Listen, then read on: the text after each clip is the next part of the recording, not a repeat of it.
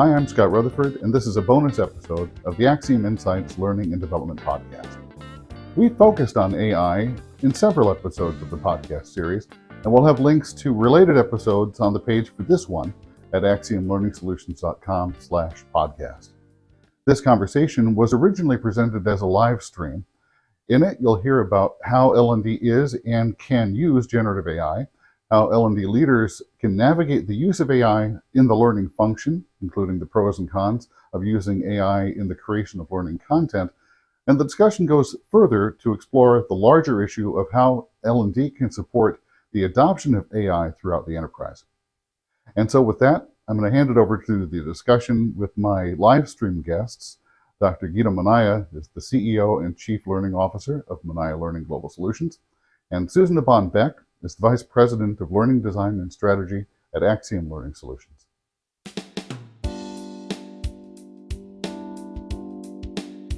So let's begin with looking at some successes. Within the L&D team, what do you think is working? And I'm going to start that one with Susan. Yeah, so things that are working today, you may not even notice, completely go unnoticed. For example, if your company has an LXP, you're currently using AI. LXPs are based on AI to give the learner what they need or want as far as learning goes. So you're using it today and you may not even notice. Things like Grammarly. If you're using Grammarly, that's AI based. So you've been using it all along and you didn't notice. Where it's going, or where it is, I should say right now, from a baby perspective, is that we are now learning that we can partner with AI as a collaborative coworker that used to be next to us or a phone call away or via Teams or Slack. Now we can use AI to ask questions to refine our work, or to get a starting place, for creating content outlines, or even storyboards if you're doing e-learning, or instructor-led content, ideas for interactivities. It is that collaborative partner. What would I ask that person next to me if I had a chance? We can now use AI for that. Right. I think it's maybe a good moment to bring in, this is actually a clip of a podcast that we had done recently with our instructor technologist, John Kidd, talking about using AI as a little bit of a brainstorming foil to avoid starting from just a blank sheet of paper. So why don't we watch this, and then we can respond and build off of what John says.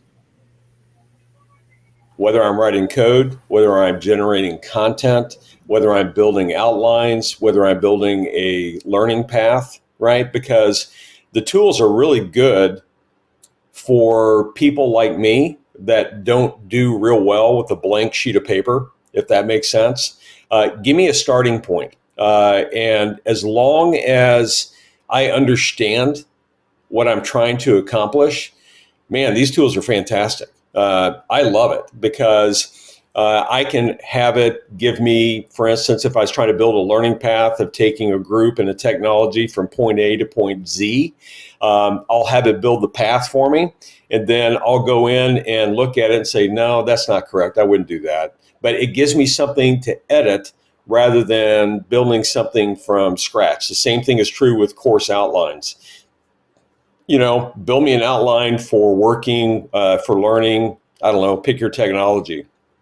Well, the outline that it builds oftentimes is an outline that's going to take months to accomplish. So obviously, I'm going to go back in and I'm going to say, no, that doesn't make sense. Yeah, that's a good order. And then do the editing on top of it. So I guess what I'm kind of circling the field with, and I'll land the plane on it, is you and I still need to be the expert on it. I cannot take what's given to me as gospel, right, so to speak. It's going to be a tool for getting me over that initial creative hump, if you will, for moving me down the path to the goal that I'm trying to accomplish.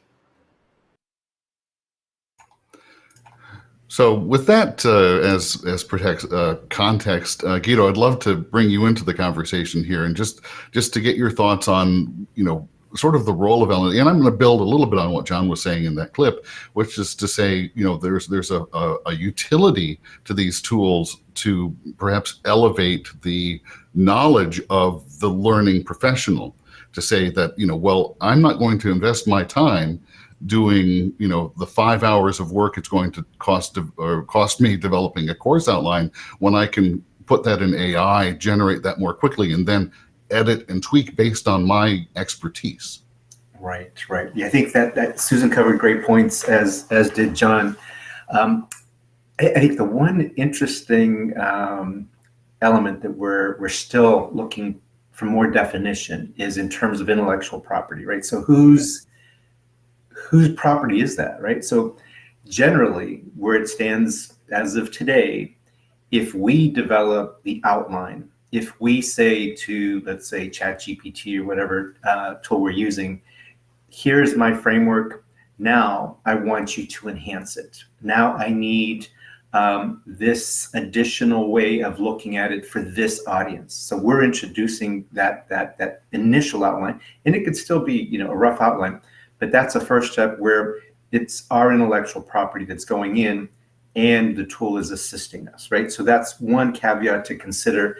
But absolutely, this 5x, 10x is our capabilities, and allows us to refine, and get to that end product much faster, and in a more effective way. And so, yeah, it definitely sets up our teams to be much more productive, thoughtful, and refine the content that we're developing for our clients.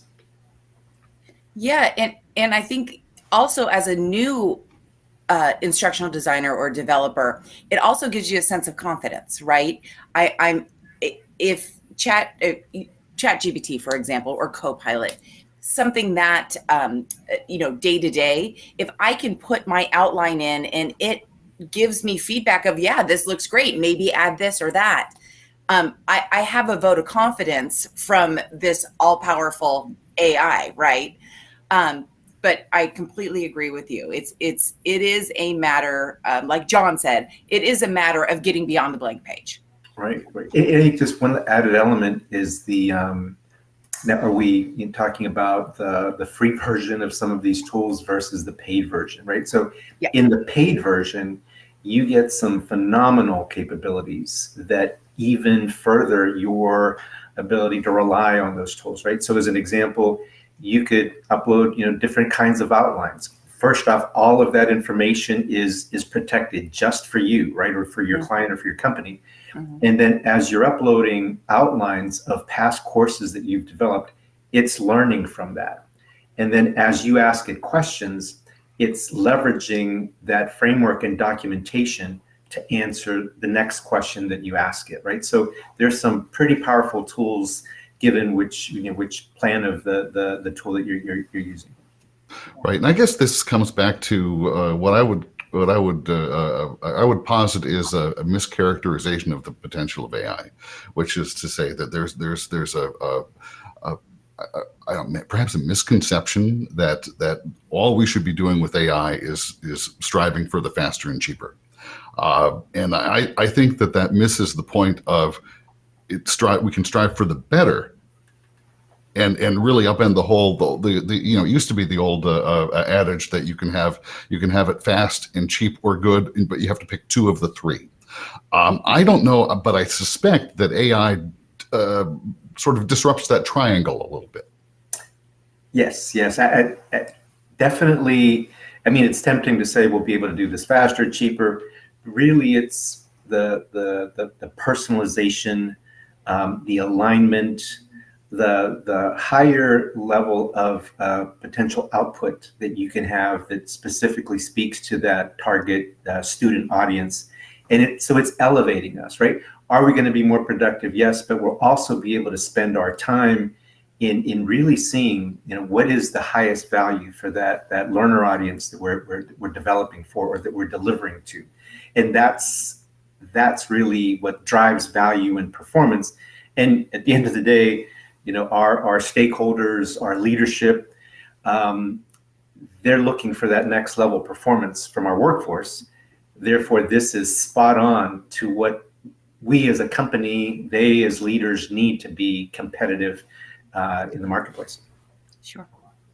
I think it adds a level of tailoring as well that may have taken more time previously, but now we have that ability to quickly tailor or ask the questions necessary to tailor and get ideas of how to tailor, where we could have been sitting for hours in the past trying to think of those tailoring points. So I think it does give a different level of efficiency, maybe I'll call it efficiency, that we didn't have in the past.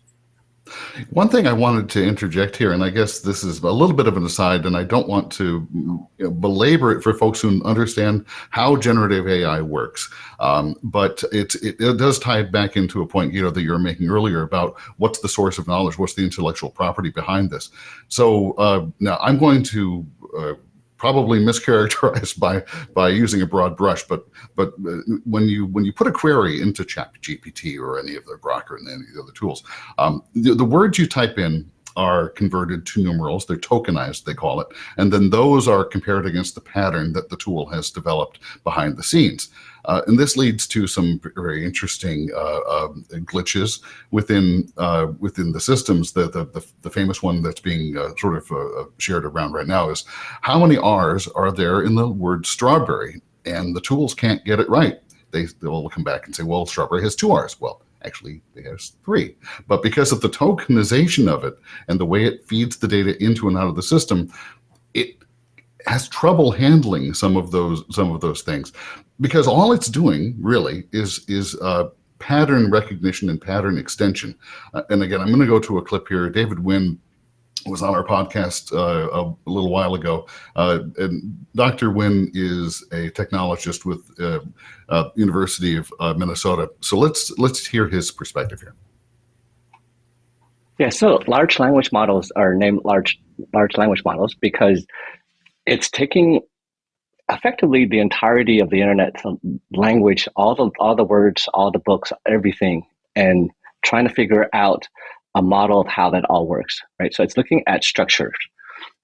So an interesting story about this is I'm an immigrant to this country, and when I was going through school and learning grammar, and my teachers used to tell me, just say it out loud, you can hear it, right? I can't hear these things. So things like, do we say the big red dog or the red big dog, right? There's a rule, right? There's structure there, but as a non-native speaker, I don't have enough examples to figure out, is it red big dog, big red dog, right?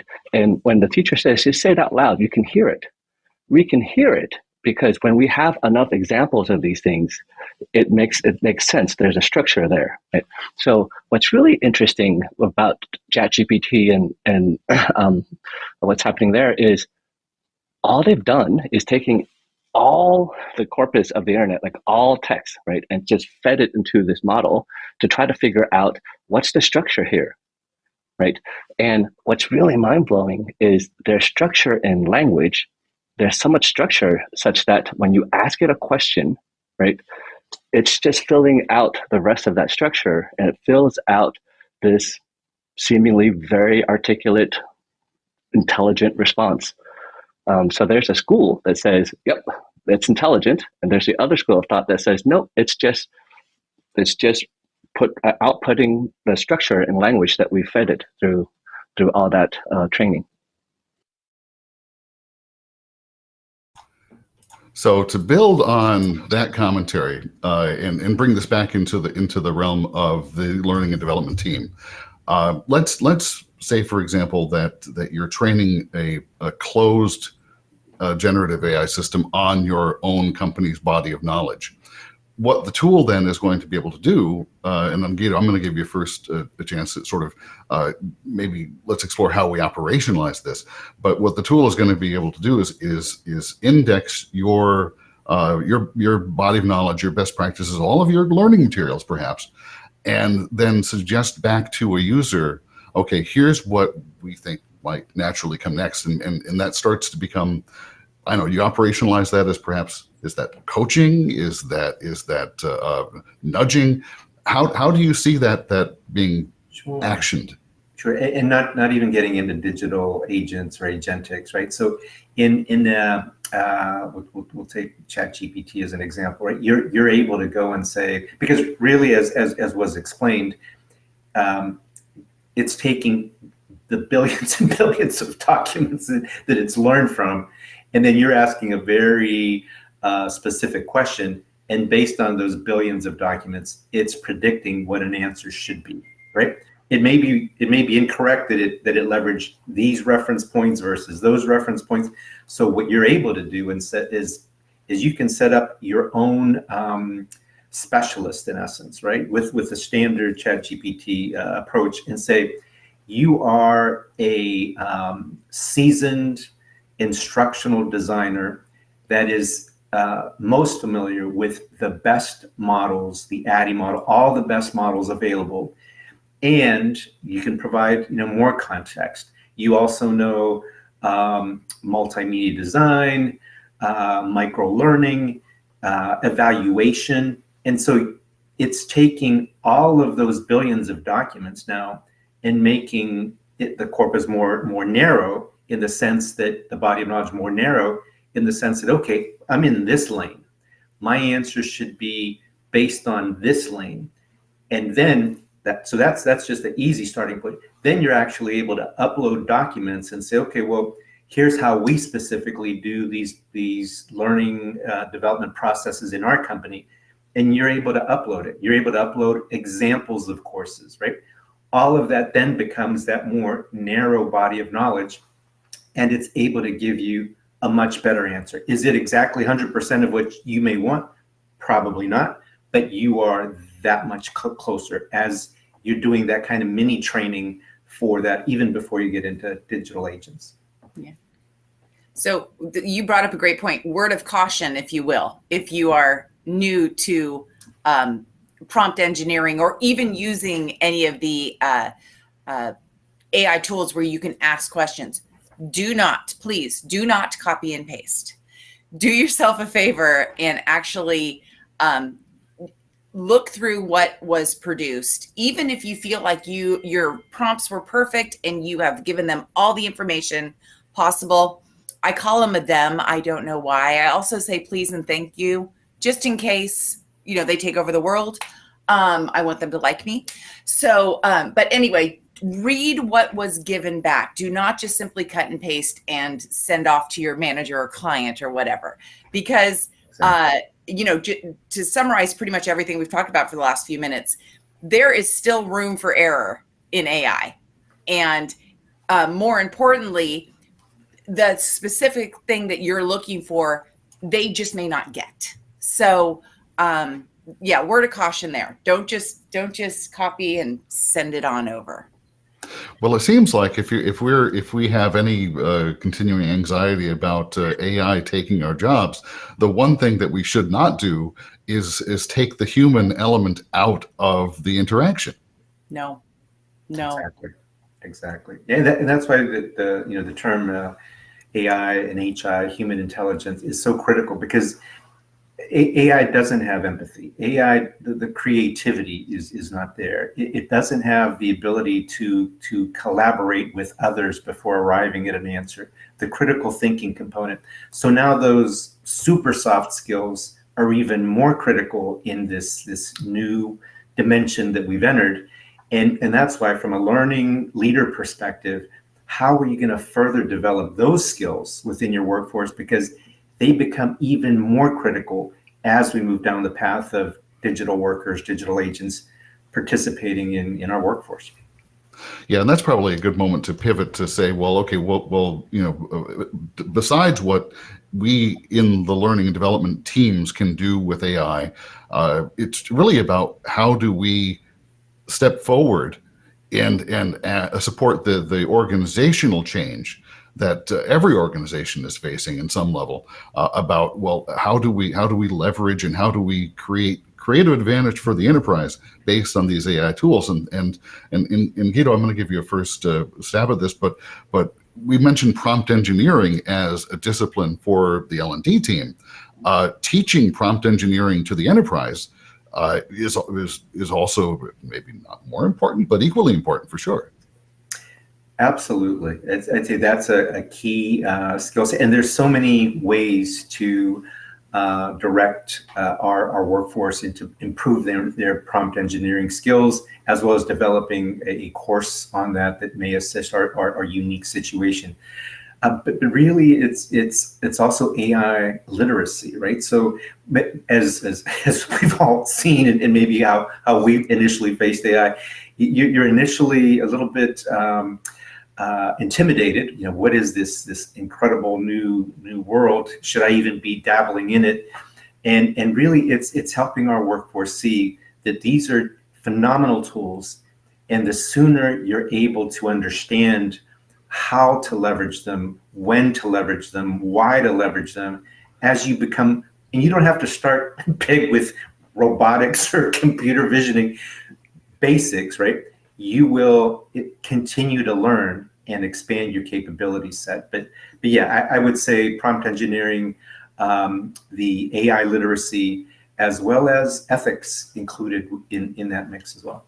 Right. And Susan, I want to get your thoughts, because I know this is something we've talked about a lot too offline, but it really is a strategic alignment question at some level to say, how do you put together AI skills training for the enterprise that meets the organization's goals, that aren't just throwing stuff out there?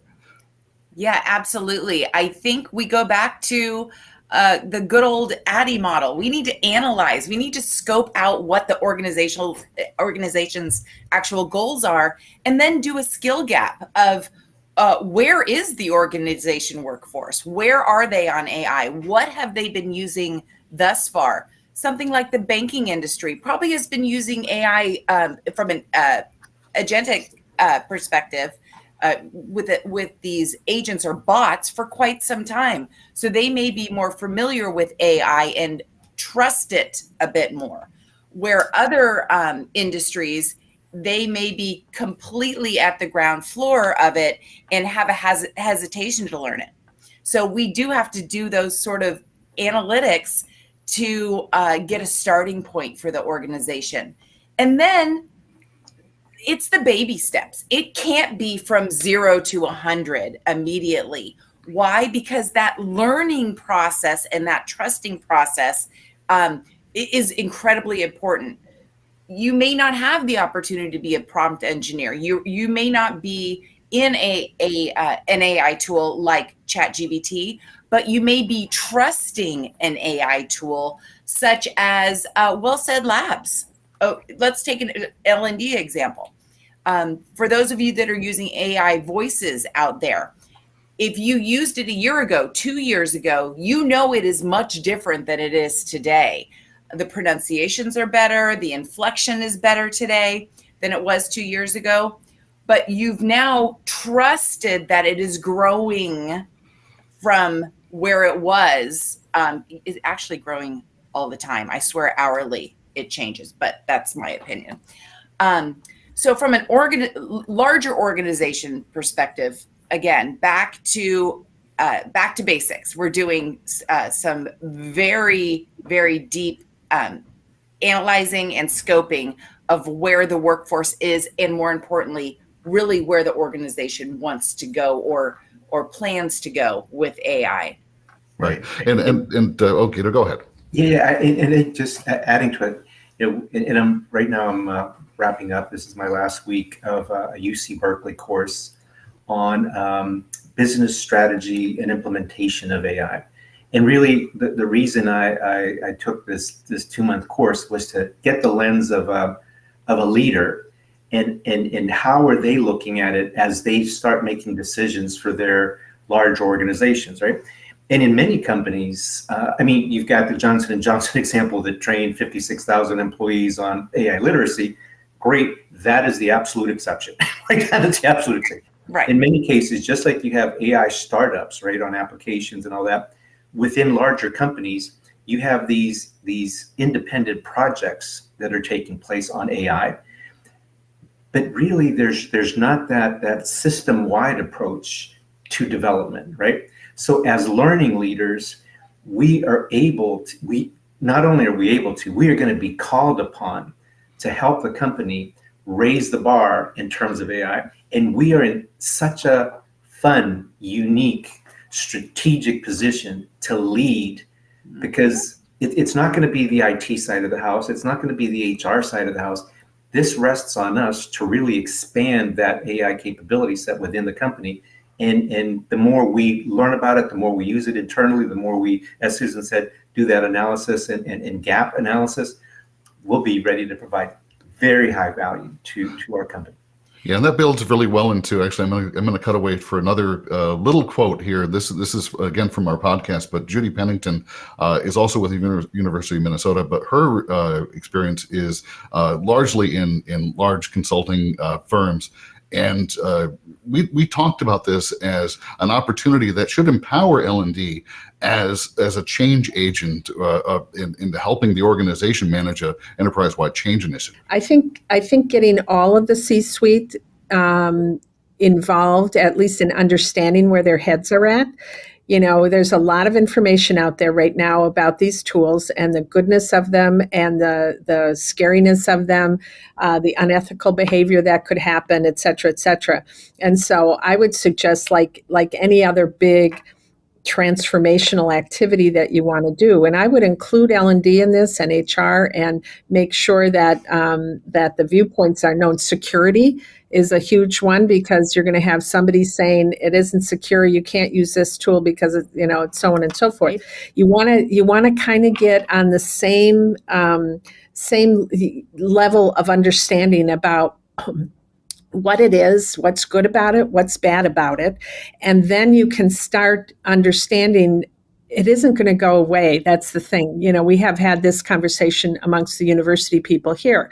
Do we use it? Do we allow students to use it? Is it a tool that should be out there? Well, truth is, it is not going away. It's going to be available. And what we need to do is make sure our students learn how to use it ethically and understand the top side of it, the bottom side of it, and what they need to do to use it appropriately. And the same thing happens for every company that you're going to deal with.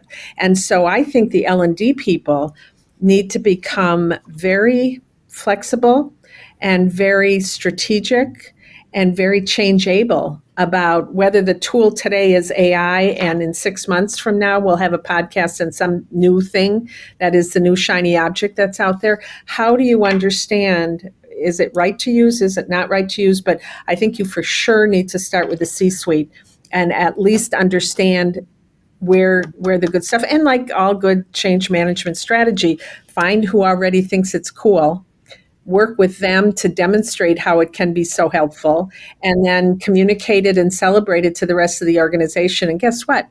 Everybody's going to go, I want to do what Susan's doing. And then they're going to be asking for it. But it can't just be a check the box that we're putting out a training program on AI and think it's done. That's not going to work properly. So yeah, Susan, you got a little bit of a name drop there, but really what she's talking about is the realization that if your senior leadership isn't working with L&D to support the learning needs around AI in your organization, it's a little bit of a ostrich head in the sand moment, because the tools are there. Right. People are using them. So the question becomes, strategically for the organization, are you going to use them in a fully rolled out, structured way, or allow it to be haphazard in the shadow with all of the risks that could entail? I don't know if you want to take this one, but I personally think it's all, as I mentioned earlier, it's all about baby steps. Choose that starting point use it as a way to get people familiar. And then you're going to have continuous upskilling, reskilling. Things are, like I mentioned, changing all the time. So our job probably won't be done until we're on to the next new thing. Right, right. And really, when you think about large companies and even small, medium-sized companies, you've got the accounting function, the sales function, the customer service function, not to mention production, manufacturing, procurement, HR, if you're in the hospital setting, patient experience. So all of those individual processes that we're already contributing to training around those processes now have this transformational set of technologies that are going to completely change how training is done. So how do we work with that division that might be readier than the others? Great, we've got that division that we'll tackle. But let's not forget our own L&D department, right? So I remember when I did my dissertation for the doctorate, it was looking at 3 different corporate universities. We're looking to see if we can get traditional instructors to become virtual instructors. This was back in 2005. I was with Accenture. I had a couple of Accenture colleagues that were helping me with this analysis. And we were doing a deep dive on evaluations, how did those compare to tradition. That took us months. And that can now be done in a heartbeat, right? So for us, what are our processes that we see that are taking us a lot of time? If you're an L&D leader, what's taking time? And then also, what are you not even getting to? You've got all of these evaluations from months, years of delivering this content. How can you relook at that data to potentially come up with a new set of insights about how you are delivering training? So all of that's available not only at the macro of the much larger organization, but within L&D. How can we vastly improve the L&D function? Yeah, I think that's a really interesting point, because we all want to be data driven, but one of the challenges, just in terms of human workflow bandwidth, when you're dealing with a lot of the information we're going to get back from human behavior is going to be qualitative. And so if we want to do some analysis on that is meaningful, we need to code it and allow it to be structured data, not unstructured qualitative data. So Guido, what you're saying is well, use the AI tool to be able to leverage the reams of information that are sitting somewhere already. Absolutely. And one point that came up during the Berkeley class is that those established companies that have those years and years of customer data, customer experience data, patient experience data, really, the AI tools, great, they're going to help us. But if you don't have the data that then you could leverage those tools with to get you new insights, the biggest value that we're going to see in AI is going to be for companies that are able to leverage that data, new insights, new products, new services, because they never had the time or the manpower to really address it. And now they have a solution to do that. So let's move on a little bit. I know that Guido, you made a reference to agentic AI. We are, if depending on which analyst you talk to, into perhaps the 3rd generation of generative AI as we've moved through. But we've moved from simple chat interaction to chat bots to agentic. And so help me define what that means for folks who are not familiar with the term. Sure. I think as we've been discussing, right, we have ChatGPT and others that are large language models that you ask it a prompt, right? And depending on what the capability is, you may get a very narrow answer based on how you've asked it and which, let's say, features you're activating ChatGPT. And it'll give you an answer, right? It'll do an action for you. With agentics, and there's more and more and more and more. But I think as of last week, there was at least 1,200 available agents, digital agents. They could be in productivity, they could be in finance, they could be in customer service, in sales. These are digital agents that you give them a specific task as you would give another employee in your company. And given that that task is defined for them, they can complete that task, right? So as an example, there's the travel agent kind of support that you might get. You're going to Europe, you need hotels in 3 different countries on these dates. You can ask your agentic agent, all right, here's the dates. I need you to book the flights, book the hotels, and let me know what the end result is. And that agent will make those calls, will connect with those hotels, will finalize your air travel, and either completely do it for you if you give access to your credit card, or it'll come back and say, here's the best itinerary, what do you want me to do? So that's an example of a basic example of how you can leverage a digital agent to take it not only from, all right, what are the available flights? Now it's all the way to completely complete that booking for me, right? So take that to finance, take that to sales, take that to customer service. You've got different functions that can be moved to a digital agent that they can complete.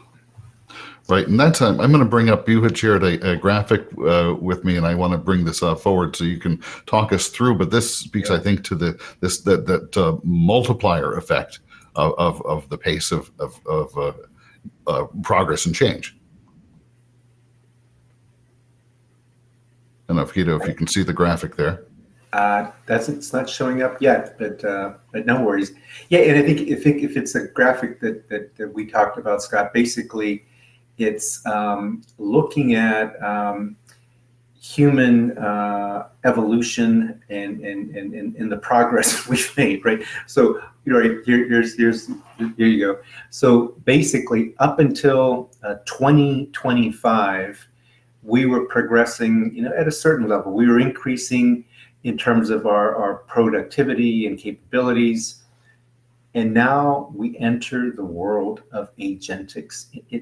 We started entering into 2024, but 2025 is where it is being adopted more and more.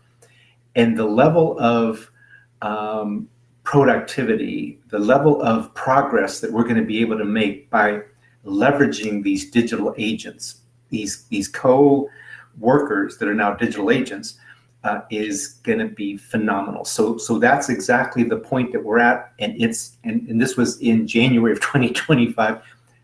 We're already there. We're already moving up quickly up that line. So if you take a look at it from an L&D perspective, all right. So now I'm in sales. I'm in customer service. Now there's this digital agent that can also assist. We're going to have to be developing curricula that takes into account that now you've got in a process these digital agents that are working alongside you, right? That are enhancing your capability set, that are doing tasks that may be extremely repetitive so you can be focused on tasks that are much higher value. And this is where we're at now. Many of our companies haven't gotten there yet, or they're starting to use them, but as they see more and more and more high value, we're going to see them in our workplace, right? Yeah, Susan, I think this is a perfect spot for you to comment, because we're talking about how do we bring this, how do we use that hockey stick of productivity within the learning function, and love to hear your thoughts. Well, what I'm most excited about are these agents being able to analyze trends across all learning ecosystems within a company, or predict skill gaps that could potentially arise, or most importantly, recommend these organizational wide either skilling or shifts in skills that need to happen to keep up. I think these agents are, we're primed, if you will, to start incorporating these agents. to be able to support what we've been doing all along. I've been in L&D my entire career, so it's incredibly exciting for me to think, wow, now we have something that will flag for us when we need to do something, or because we're never taking the human element out of it. Remember that, we mentioned that earlier. Our jobs are here to stay, because even with an agent, it still needs that human element. The other thing is the idea of this agent being able to be a co-creator, if you will, alongside me, to recognize a skill that needs to happen, draft the outline, possibly even taking scoping documents that we've done in the past, ask questions from those documents to ensure they're still relevant, and then produce again those strategic gaps, or create the target that we want to get to in the future. Right. And I think this might be a good moment to move in. Actually, we had opened the door through one of our registration forms for folks to submit questions in advance, and we do have a few here from the audience, so we'll get through those. Scott, if I could just of course. The one reference I think we're going to provide folks, right, is that IBM explainer video on agentics. Man, 12 and a half minutes. It is a phenomenal depiction of where we started and then how agentics really operates. It still leverages large language models and a number of other things. So it gives you a better view of really what they are. Yeah, and we'll include it's an explainer video that we had watched, the three of us, before coming on here, and they did a really nice job to explain, to take us through the last few years and really explain the evolution. And they did some nice video effects on it too, but IBM has budget. Yeah, we'll share that link after the live broadcast here. So for folks who want to do a little bit of a deeper dive into understanding sort of how all that fits together, and what really it's looking at not just, okay, where are we in 2025, but how do we anticipate what 2026, or let's be honest, the second half of 2025 might have in store for us. Yeah, let me go back to one of the questions here from this is Joel, and Susan, I'll ask you to take a first swing at this. Joel says, do you have advice about using AI to create personalized learning at scale while still keeping everyone learners aligned with learning pathways and objectives? So I think at the minimum, thinking about learning experience platforms, LXPs, on top of or in lieu of the traditional LMS, to be able to really hone in on that learner's needs to do their job, but more importantly, their wants. If they're looking at career pathing, for example, what's my next step? What do I need to do to get to that next step? But it's using using what's available out there today without getting too ahead of yourself. What can be done today? LXPs are available across the board in many different sizes and shapes. The other thing would be to we talked a little bit about taking like scoping documents and asking, if you don't have an agent, asking something like ChatGPT or Copilot, what are potential gaps that this learner may face in these situations? Going back to being a prompt engineer, you have to ask the right questions. But if you ask those right questions, these things can be identified, and then you plan accordingly for that upskilling or reskilling if it happens to be that. All right, I'm going to move to another question. This is Gretchen had sent this in. She says, what are some tips to maintain ethical practices? This is a little bit of you could take this one. This could take a whole half hour if we really dug into it. But what are some tips to maintain ethical practices and embed them in training and communications around AI usage when speed and productivity are critical markers of success? Guido, I'm going to maybe give you a first run it here. What advice would you give to, because we're going back to the whole notion of there's a focus on speed, but we also need due care. Right. Well, I think it depends on the size of the organization. For large organizations, definitely your governance team, right? Your governance team for the learning organization should definitely address this in terms of providing some level of ethical standards at every layer, right? Content creation, data handling, and even prompting, skill sets on prompting. So in a much larger organization, that's how they would normally address it. In other organizations, smaller organizations like Renomac, what they did is they actually had an AI champions, and with their role was to model and to provide that kind of guidance to their colleagues and coworkers. But yeah, it absolutely should be in every level, whether it's content creation, whether it's data handling. It needs to be, it definitely needs to be addressed and incorporated. Okay, and the final question I have here, and I'm looking. There seems to be an issue with the live stream to LinkedIn, which I apologize for. And if anybody's having trouble there, we will post the video to LinkedIn for anyone who wasn't able to connect there. But I do know we have some folks watching live on the YouTube stream. So if you have questions there, feel free to put them in the chat, and we'll try to grab those here. But Abby had written to us in advance when she signed up.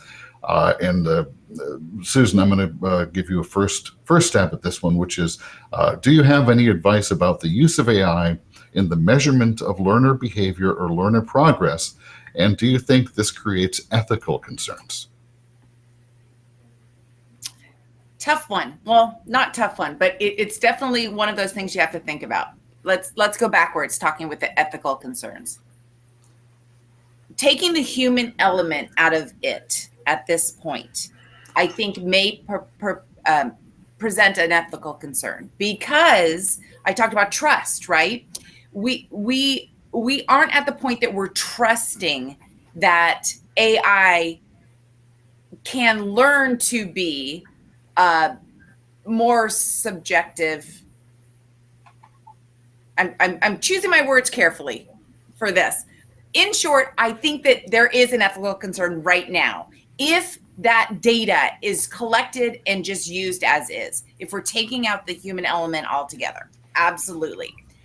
Will that be true a year, 2, 3 years from now? I can't say.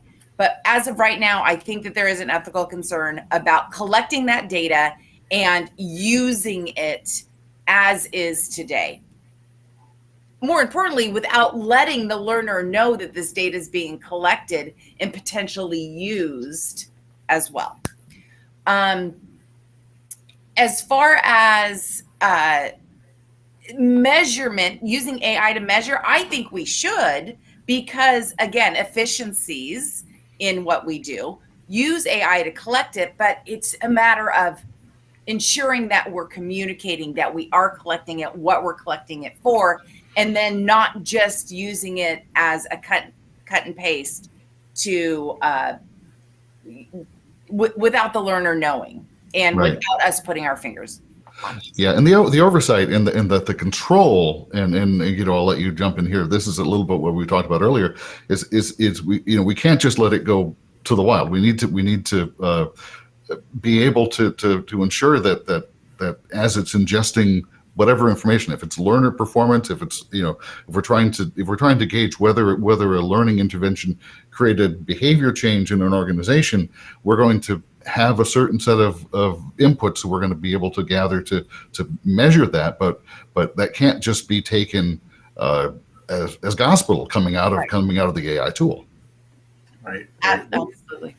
Yep. So yeah, clear data policies, learner consent, transparency, all of those are important as we collect more and more data. And there's even, as we look at this monumental shift, it is a cultural shift within an organization as to how they're going to transform. Right now, we're in the optimization stage of how we're going to leverage AI. Then we're going to move into the transformative stage, right? And then we're going to get into the complete, redesign of some of our major processes. But as long as we have clear data policies, learner consent, and transparency with our workforce, you're that much closer. But behavioral health shouldn't be used to be punitive, right? It should be for evaluation of growth. Yeah. And growth for that individual. And that's how we need to get to its best use. Thanks for watching this bonus episode of the AXIOM Insights Learning and Development Podcast. For more resources and links to related materials, you can visit the episode page at axiomlearningsolutions.com/podcast. This has been the AXIOM Insights Learning and Development Podcast. This podcast is a production of AXIOM Learning Solutions. AXIOM is a learning and development services firm with a network of learning professionals in the U.S. and worldwide, supporting L&D teams with learning staff augmentation and project support for instructional design, content management, content creation, and more, including training delivery and facilitation, both in person and virtually. To learn more about how AXIOM can help you and your team achieve your learning goals, visit AXIOMLearningsolutions.com. And thanks again for listening to the AXIOM Insights podcast.